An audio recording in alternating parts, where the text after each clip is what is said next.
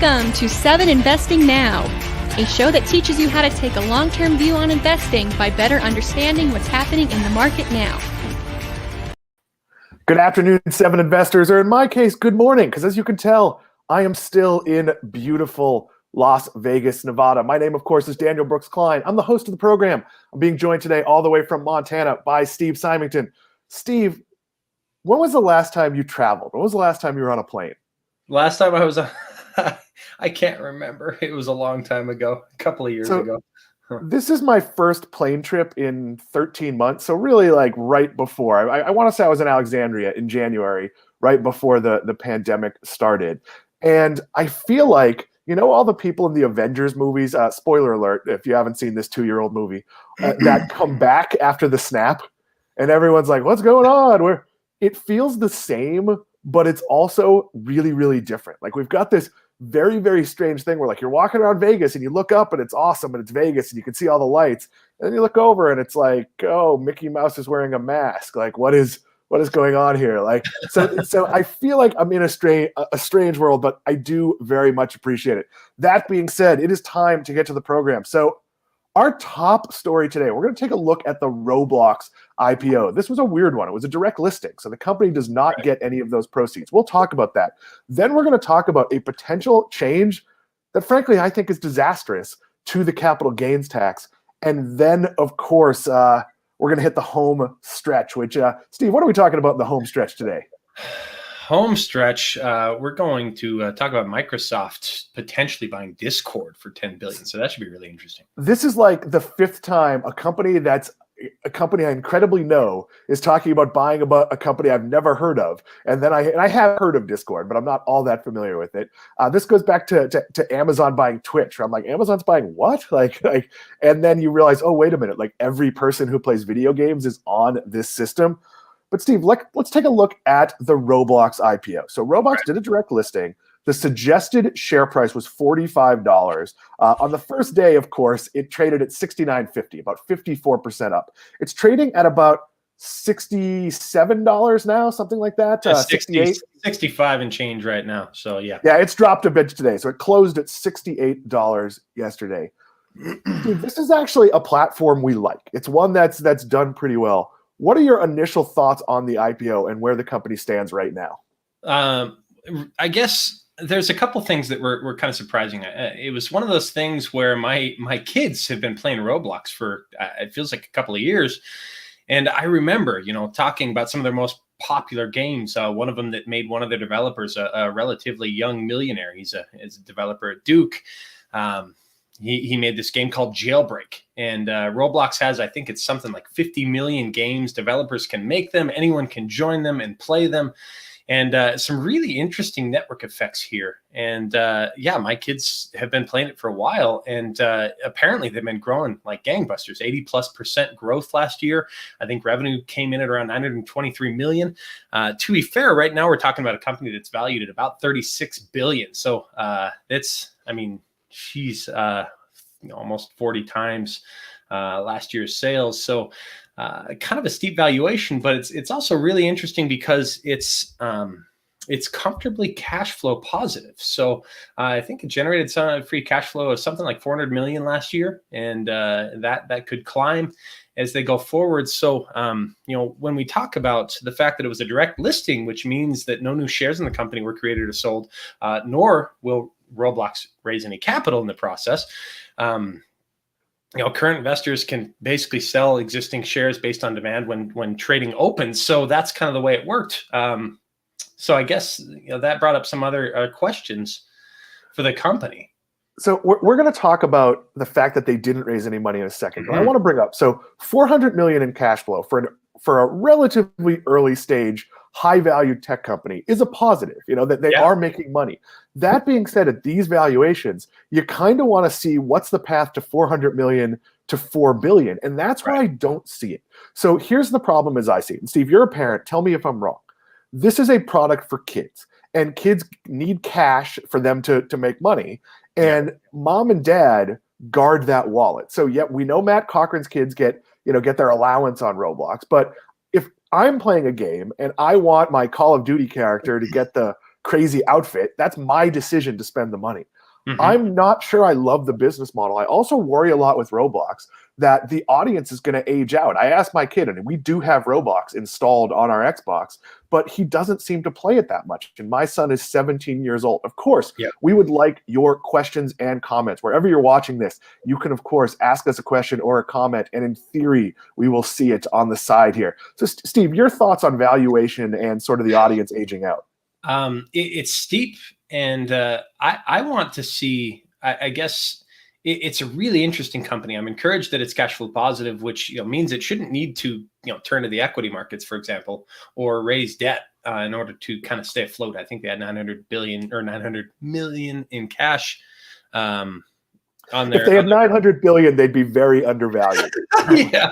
So they were, they've got plenty of cash and they're generating, positive free cash flow. So that shouldn't be an issue. But my question is optionality at this stage. I want to see how they can kind of extend their reach. Now, their core platform, the Roblox platform, which has all these millions of games that players can join and spend money for in-game items, is interesting.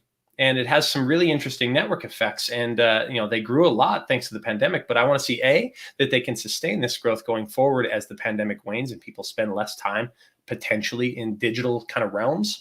And B, I want to see how they can expand their reach into potentially new games or, some sort of supplemental reach. So they're competing with the likes of Activision and EA and, a lot of these sort of, Activision, King Digital, right, which was acquired.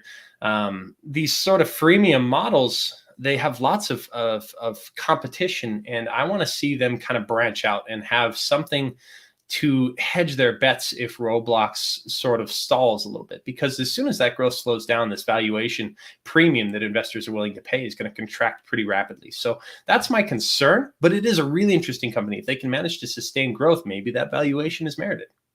It is a big concern because they spend a lot of money on making sure their platform is family friendly. And that makes sense. Their audience, if I as a parent look at this and think, oh, this is a little on the edge, or there's adults here, and there are adults there, but they're interacting inappropriately with people on the platform. That being said, Steve, I do think they need to raise money. Like, they have cash, but when your valuation is this high, just the correct thing to do is sell some equity and go and get some more cash.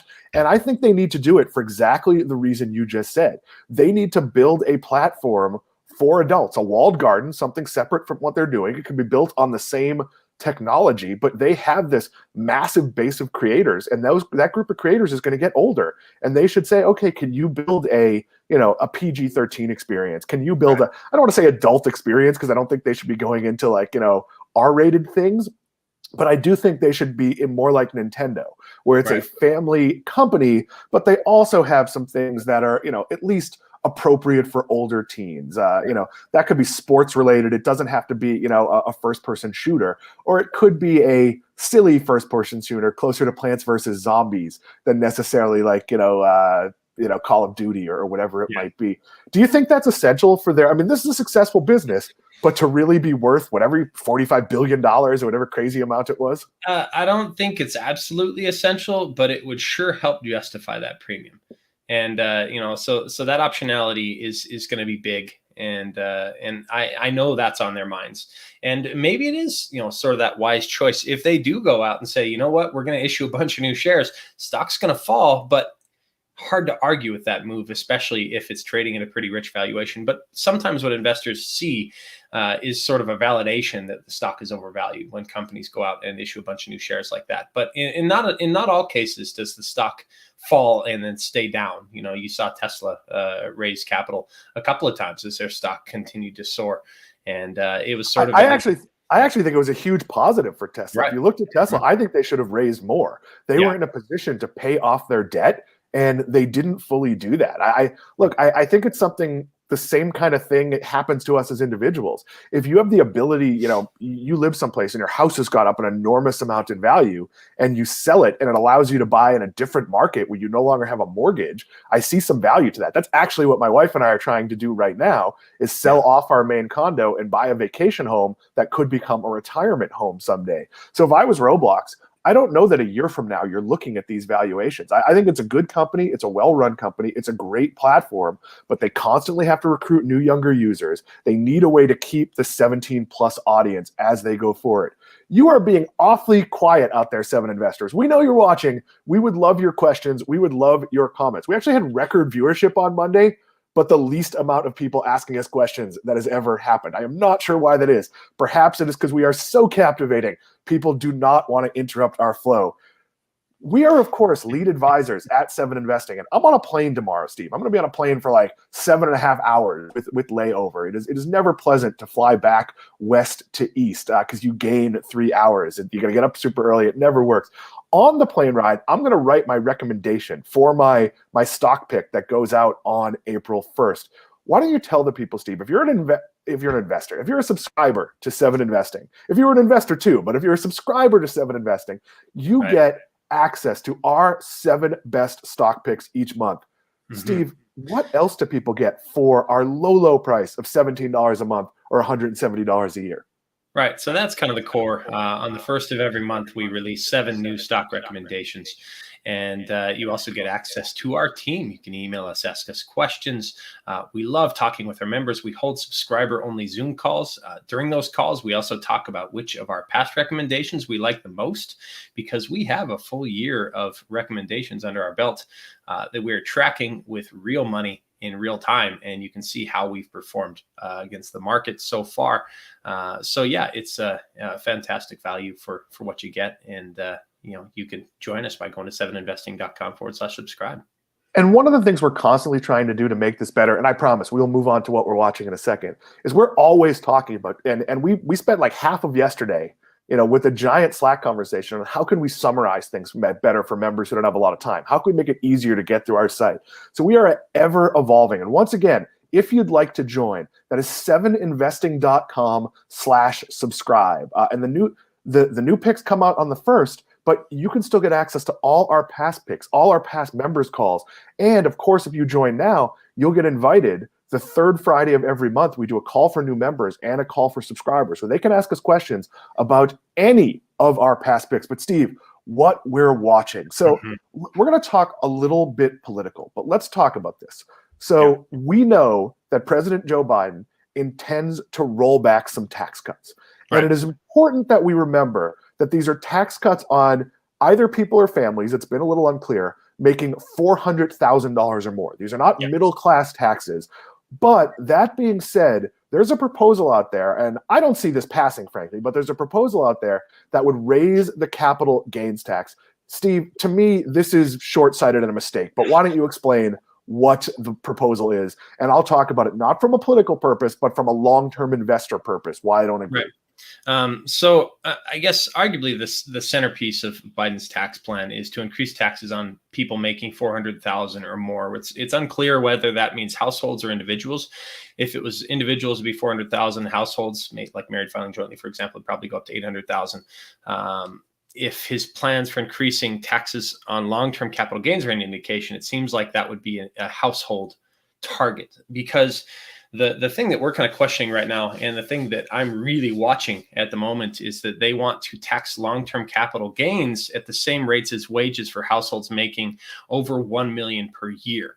So that would be 39.6% under the new plan if you owned a stock for or any asset that you sold for long-term capital gain for at least a year. Now, normally people in that tax bracket would be paying a much lower 20% tax rate on capital gains. Otherwise, most people in middle income tax brackets are paying about 15%. Some of the lower tax brackets actually pay nothing.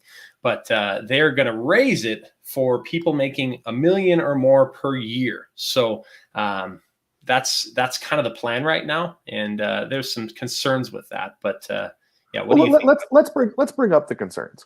So the reason we pay capital gains versus income tax is to incentivize savings. And if you're investing, the idea is if you hold for more than a year, you're going to pay this lower tax rate. For some people, it's not a lower tax rate for everybody. It's a lower tax rate for people who are well off but not wealthy, or people who are doing really well. Yeah. But if they invest that money, that's good for the economy. It's good for the market. It's also good for them, because let's say you're making $250,000 a year and you live in a moderately priced place like where Steve does in Montana. That's really good money, but it's not like, throw around $100 bills money. So when you change that whole sort of dynamic, I think it makes it so some very wealthy people are going to do one of two things. They're going to engineer their income. So in years where they sell stocks, they don't exceed that threshold. That's easier to do when you own your own businesses or have non-traditional forms of income, or they're not going to invest in the stock market. So I don't think the administration is seeing this sort of for what it would do to people who are putting a lot of money into the stock market. Am I missing something, Steve? No, that's really the big concern, is that it's going to discourage one of the key merits of maintaining a long-term investing mindset. If people are going to pay the same tax rate on gains, regardless of whether they're short-term or long-term capital gains, I'm not really sure encouraging a short-term mindset is the best thing when you extend it to high net worth individuals in particular, who in many cases might have the means to kind of move markets and increase volatility more than the recent rise of smaller retail traders has already done. So that's a big concern for me, because you want to encourage a long-term mindset. And I think there is a lot of merit to kind of helping volatility stay in check and encouraging some of these more wealthy individuals to maintain that long-term mindset, rather than saying, I'm going to trade, I'm going to trade short-term trades no matter what, because I'm going to pay the same taxes on these transactions anyway. So that's tough. Yeah, it creates volatility. And Steve, let's look at crazy wide range. Middle income investors. That can be 40,000 to 400,000. It depends where you live. When I lived in New York City and made 200 grand, I was not as successful as living in West Palm Beach, whatever it is I make now. So it's all relative. There are definitely places in the country where 50 grand, you could live comfortably. There are places where you'd live in a box if that was the case. I actually think, and again, this is just spitballing. It's not playing politics.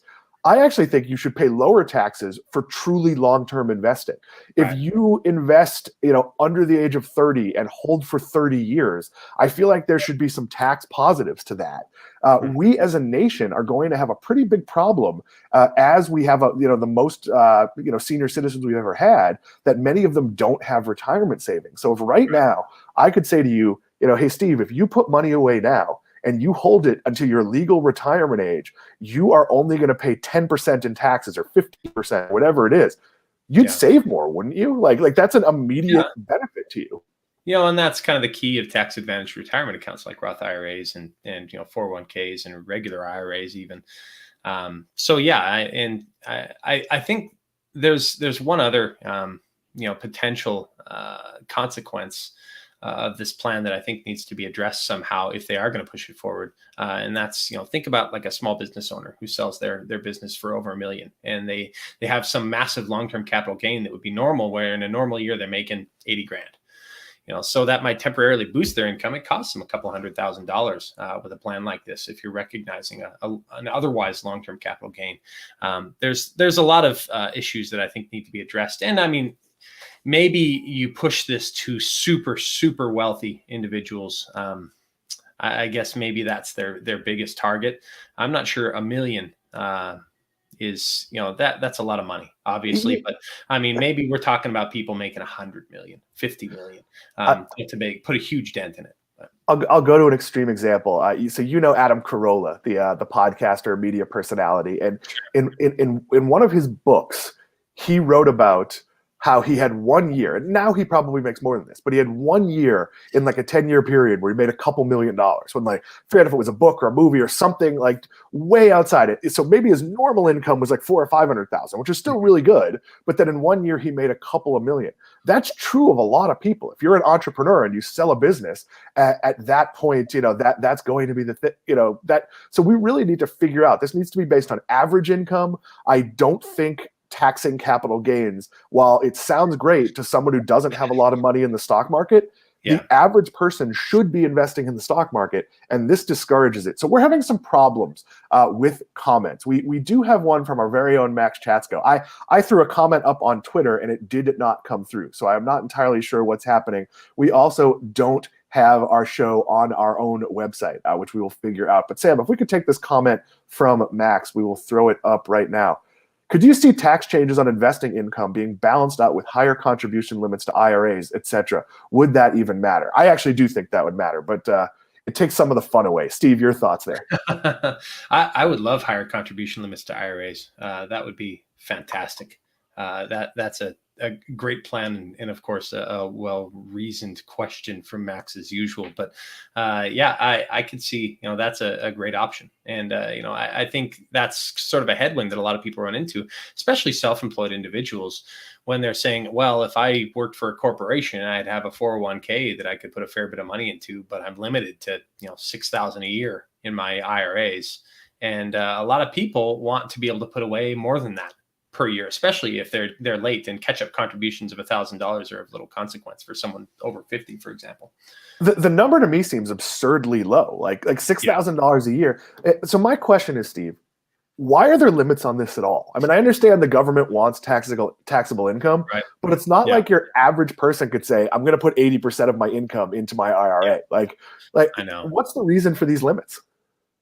Yeah, I think the reason for the limits is to prevent somebody, say a small business owner who's making, they could potentially save $100,000 a year or something. They don't want someone to be able to completely skirt tax rules. But I'd be all for significantly increasing the limits to IRAs. That would solve a big question a lot of people get. They say, how do I put more money away for retirement? Because people want to secure their future. And it's sort of discouraging them from doing so, or hampering them from doing so. So what we believe in here in Seven Investing is investing for your future. We empower you to invest for your future. And it's one of those things where the government, I don't think, has ever, and this is either side of the party, has fully understood how the stock market works. And the idea that a person making a relatively small amount of money who starts early could put a couple $1,000s in when they're 22, and that can be worth hundreds of thousands of dollars if things go well. When I say go well, I mean, you could buy fairly safe companies, and if you have 40 years, be in a really good position. So, this is one of those things where I want to see sensible tax policy, but I don't want to see just sort of the pendulum to switch to like, rich people need to pay more. Maybe they do, but not on long-term holdings. Like this is not a tax dodge to invest in the stock market. That is as close to politics as we're going to get. We're going to move into the home stretch today. We appreciate you dealing with the fact that you might be commenting and we're not necessarily seeing them. I don't know which platforms work and which don't, so we are largely going to not worry about it. But Microsoft may buy Discord for $10 billion. Steve, before we talk about any of this, what's Discord? Discord is, I think, I was trying to come up with a joke about the definition of Discord.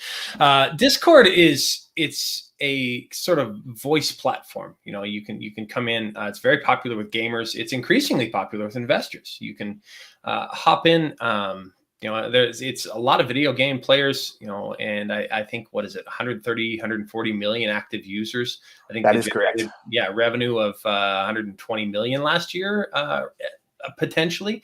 But Microsoft is considering buying them for 10 billion, which I think would be a really interesting investment for them, especially if they're becoming, really fits right in with Microsoft's, a couple of their niches. Microsoft's about more than, Vista and Windows ME anymore, right? Like you've got their Xbox business in particular, and it would be sort of a la Amazon Twitch, right?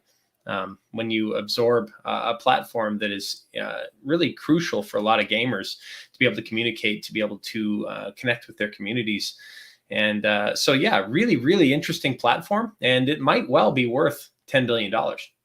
So, Steve, how does this differ from Twitch? So Twitch, like, I can watch live shows. Right. I can watch past play of people who played a video game and someone talks over that. Is Discord like you and I are playing a game with other people and we're in a Discord channel talking while that's happening? Yeah.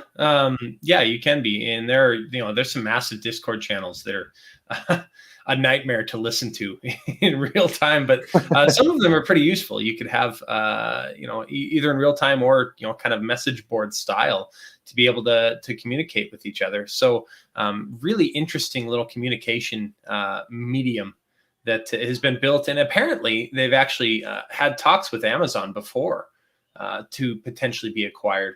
So there is no guarantee. Apparently, Microsoft has reached sort of this, all right, we would give you 10 billion. We'd love to acquire you for that. But they're also considering potentially an IPO as well. So they might go public instead, which it might be, I don't know. I'd almost rather see them under the wing of someone like Microsoft rather than have to worry about pleasing investors on a quarterly basis with a relatively narrow platform like this.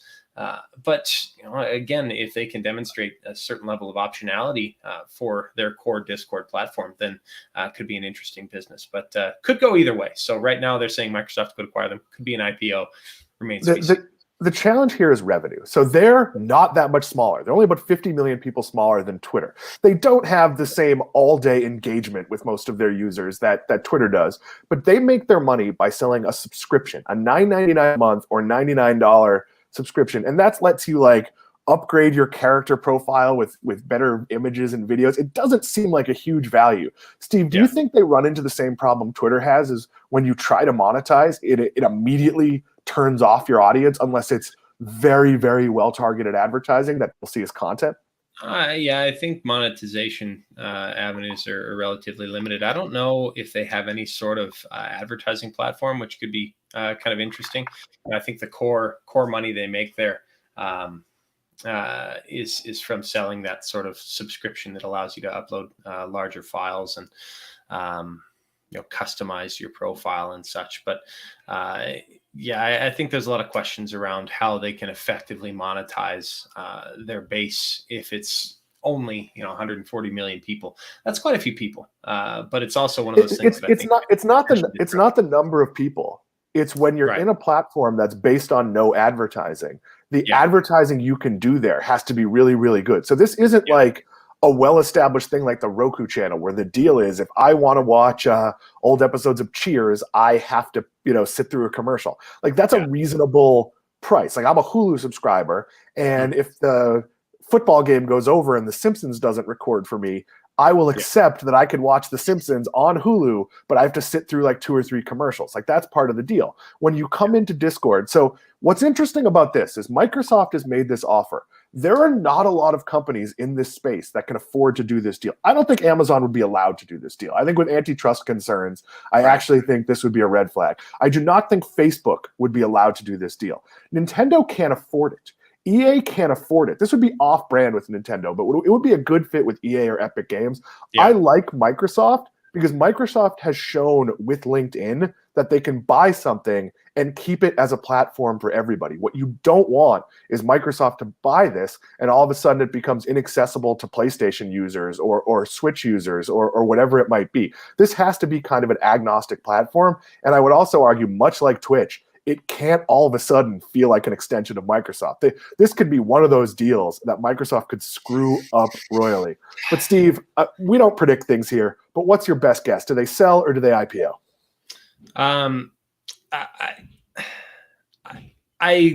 thinking they're probably going to IPO. I think the best move might be to sell for them. Honestly, I think Microsoft might be fine sort of leaving Discord as its own little, as its own sort of standalone platform under the Microsoft umbrella. Sort of like, LinkedIn, for example. I think they let them do their thing. And I think maybe they get their best value from selling. Yeah, Minecraft is another example, owned by Microsoft and still essentially the same. So I think they're going to IPO because I think the numbers are so dumb for IPOs right now that somebody's going to say, why would you take $10 billion? We'll get you 60. And I actually think the right move is to stay with Microsoft, and maybe Microsoft could throw in another $1 billion in stock or something else to give them upside, potential on this. So see, this has been a strange show. Our comments don't work. I just disappeared for a minute. So we are not going to press our luck. On Friday, we're going to do a full hour. We might have, maybe not the whole team, but a lot of the team on the show, because we're doing something really cool that I don't know if I'm allowed to talk about before this, so I'm not going to talk about it so I don't get in trouble. But with that, before... talk about it. See, here's the thing. You can talk about it. You're more likely to know if we've talked about this publicly. I'm not entirely sure if we have. I know.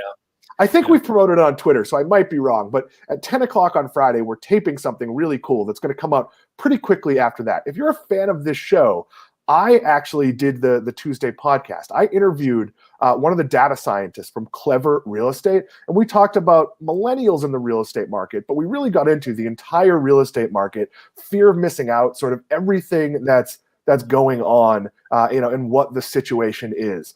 So that is a great one. We would love for you to subscribe to our podcast, which gives you not only 7 Investing Now Monday, Wednesday, and Friday, but on Tuesdays and Thursdays, we do long form interviews. Sometimes it might be 2 of us doing a long form on something. Sometimes it might be amazing outside experts. Steve, who are some of the people you've had on the program? Oh, off the top of my head, Lisa Chai, Global. That was kind of a fun interview. Chris Mayer, the author of 100 Beggars, kind of talked to Colin Angle of iRobot, the founder CEO.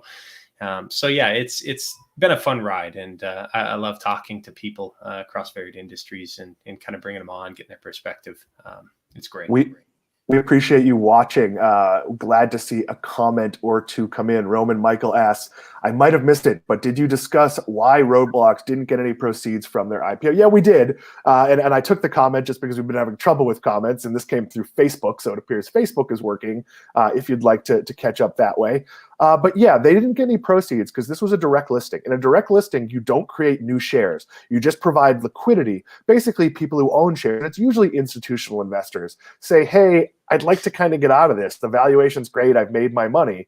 And they sell a bunch of shares directly to individual shareholders, and the company becomes public.